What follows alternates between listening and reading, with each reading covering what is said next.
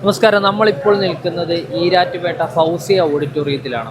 വളരെ വ്യത്യസ്തമായിട്ടുള്ള ഒരു പ്രവർത്തനം കൊണ്ട് ഇവിടെ മാതൃക തീർക്കുകയാണ് SDP പ്രവർത്തകർ.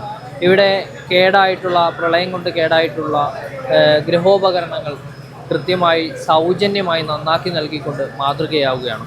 എന്താണെങ്കിലും നമുക്ക് അവരോട് തന്നെ ചോദിക്കാം, എന്താണ് ഇവിടെ നിലവിൽ നിങ്ങൾ ചെയ്തുകൊണ്ടിരിക്കുന്ന കാര്യങ്ങൾ? അൽഹംദുലില്ലാ, വളരെ മാതൃകാപരമായ, അതിനേക്കാൾ വളരെ ശ്ലാഘനീയമായൊരു പ്രവർത്തനമാണിത്.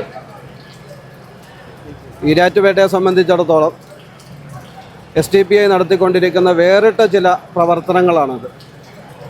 ഈരാറ്റുപേട്ട ഒന്നാകെ വെള്ളത്തിൽ മുങ്ങിയപ്പോഴും ജനങ്ങൾ അനുഭവിക്കുന്ന ഏറ്റവും വലിയ കെടുതിയാണ് വെള്ളമില്ലായ്മ എന്നുള്ളത്. വെള്ളത്തിൻ്റെ ചുറ്റിലും ജീവിക്കുമ്പോഴും വെള്ളമില്ലായ്മ അത് വലിയൊരു പ്രശ്നമാണ്.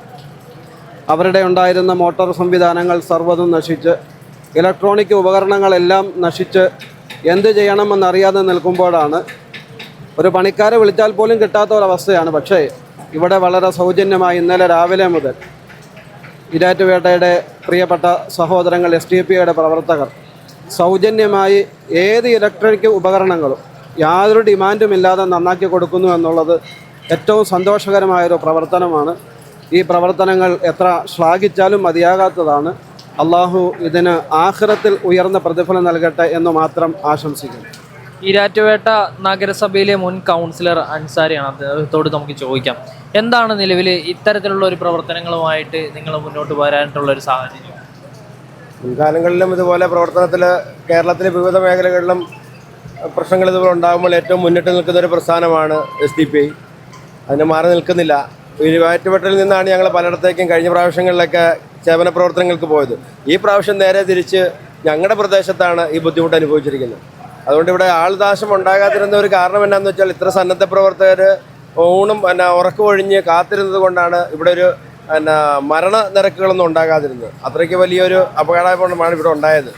പക്ഷേ അങ്ങനെ ഇരിക്കുമ്പോഴാണ് പലരും ആവശ്യപ്പെട്ടുകൊണ്ട് നമ്മുടെ അടുത്ത് വരികയായിരുന്നു, വീടൊന്ന് കഴുകാൻ മോട്ടറില്ല, വീട്ടിലേക്ക് കുടിവെള്ളം എത്തിക്കാൻ നിർവാഹമില്ല. 400 വീട്ടിലാണ് ഏതാണ്ട് വെള്ളം കയറിയിട്ടുള്ളത്. 400 വീട്ടിൽ വെള്ളം കയറിയിട്ടുണ്ടെങ്കിൽ 1000 വീട്ടിലാണ് മോട്ടർ നഷ്ടപ്പെട്ടിരിക്കുന്നത്. കാരണം താഴ്ന്ന പ്രദേശങ്ങളിലെ കിണറുകളിലാണ് എല്ലാവരും മോട്ടർ സ്ഥാപിച്ചിരിക്കുന്നത്. ഒരു കിണറിൽ, ഈരാറ്റുപേട്ടയെ സംബന്ധിച്ചുള്ള ഒരു കിണറിൽ ഏതാണ്ട് 50 മോട്ടറുകളും 75 മോട്ടറുമൊക്കെ ഉള്ള കിണറുകളാണുള്ളത്.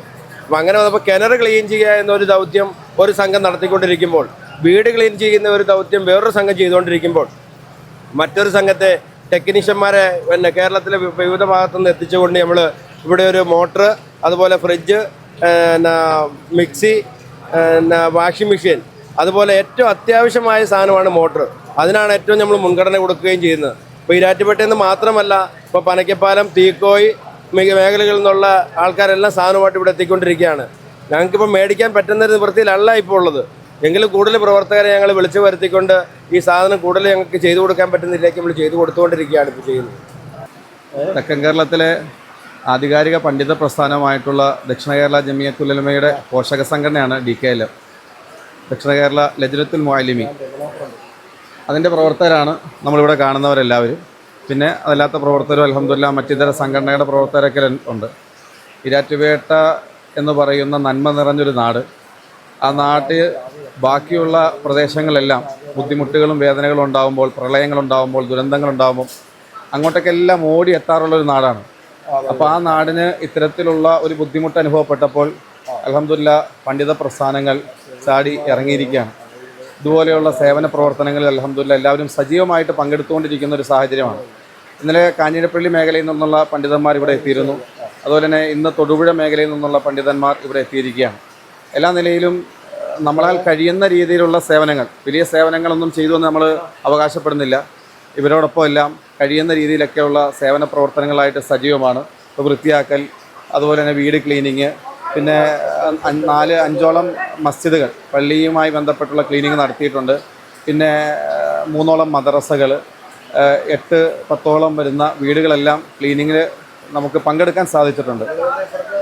ഇനിയും കാലവർഷം ശക്തി പ്രാപിച്ചുകൊണ്ടിരിക്കുന്ന ഈ സാഹചര്യത്തിൽ എല്ലാവരുടെയും പിന്തുണയും സപ്പോർട്ടും വേണമെന്ന് മാത്രമാണ് പറയാൻ ആഗ്രഹിക്കുന്നത്.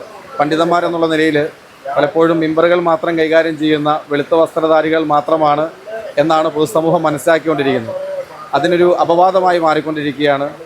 ദക്ഷിണ കേരള ലജനത്തുൽ മുഅല്ലിമീൻ്റെ ഓരോ പ്രവർത്തകരും എന്ന് പറയാൻ ആഗ്രഹിക്കുകയാണ്.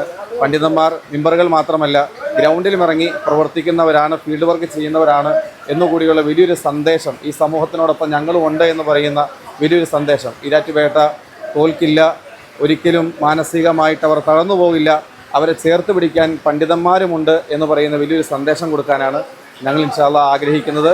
ഈരാറ്റുപേട്ട ഇപ്പോൾ ഒരു വലിയ ഒരു പ്രതിസന്ധി അഭിമുഖീകരിച്ചുകൊണ്ടിരിക്കുകയാണ്.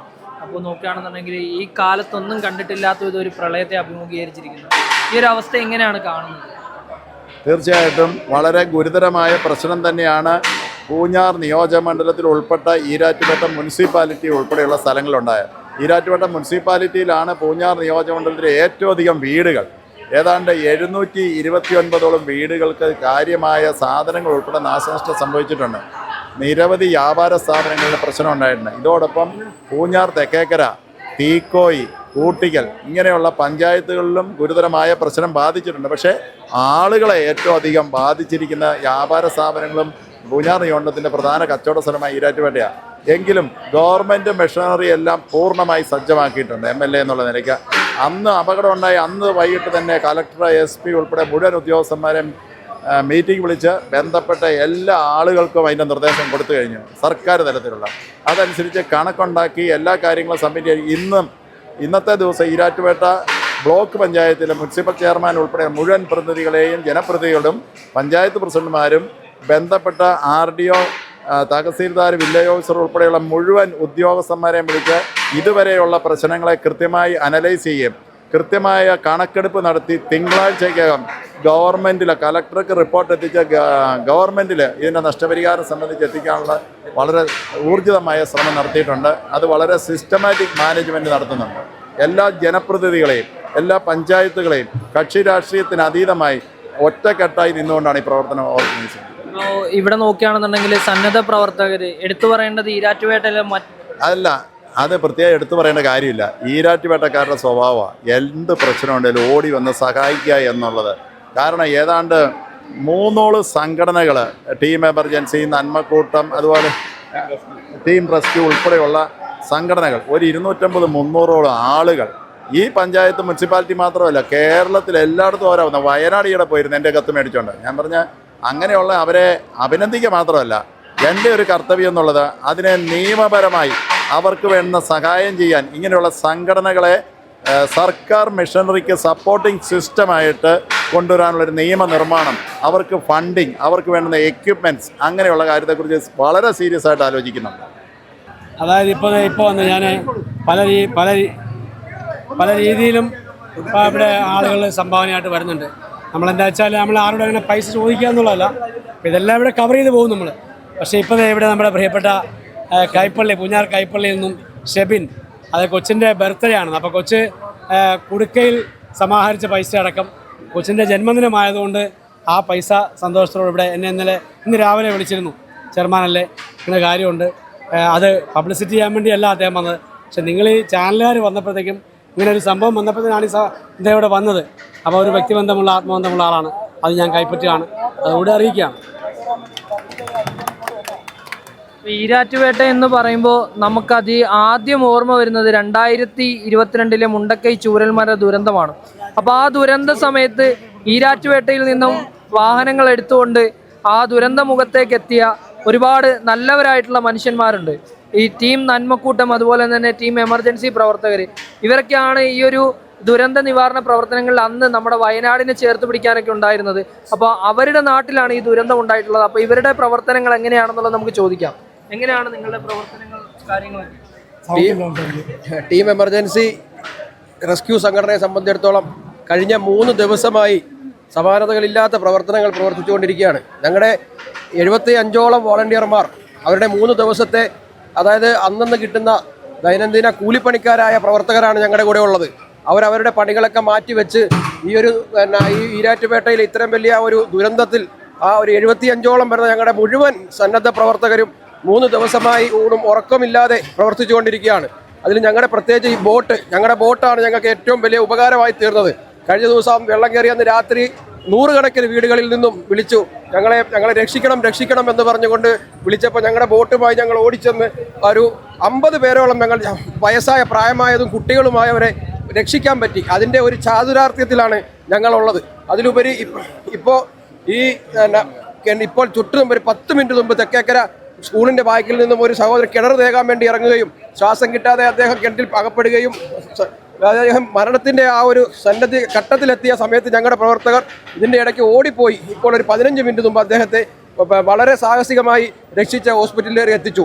പിന്നെ അതുപോലെയുള്ള ഞങ്ങളുടെ പല മേഖലയിൽ വീടുകളിലും അതുപോലെ കടകൾ, അതുപോലെ സ്കൂളുകൾ, ബഡ്സ് സ്കൂൾ, അതുപോലെ പ്രത്യേകിച്ച് അംഗൻവാടികൾ, അങ്ങനെയുള്ള ഗവൺമെൻറ് സംവിധാനങ്ങളിലെല്ലാം ഞങ്ങളുടെ പ്രവർത്തകർ നടന്നിപ്പോൾ അവിടെ ക്ലീൻ ചെയ്തുകൊണ്ടിരിക്കുകയാണ്.